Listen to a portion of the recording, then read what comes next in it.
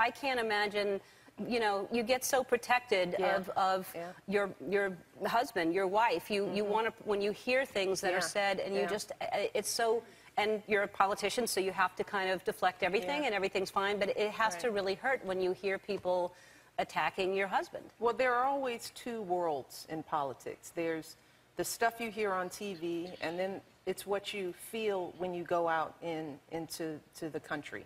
But people are kind, and they're kind to us when we go into communities. I think people know that my husband's intent is good, and that we're making good progress, and that's that's what we feel. That's the energy that we get back, and you can choose to take in the negative or you take in the good stuff. So we are focused on the work at hand and how we feel, you know. That's the least of it. Well, I think that just that statement, just saying you can focus on the negative or you can focus on the positive, because I do think it trickles down with all this bullying that's going on in schools right now. Absolutely. I mean, the kinds of things that happen in politics and on television, if you're watching it, it's bullying every single day.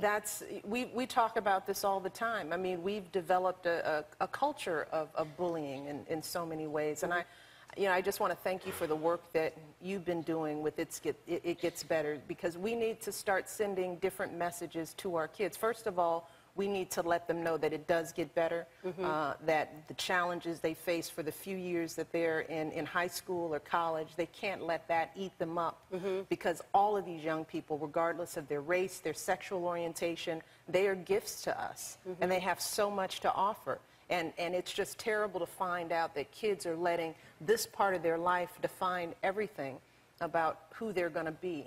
But it's also up to us as the adults in the room to create the safe environments for our kids.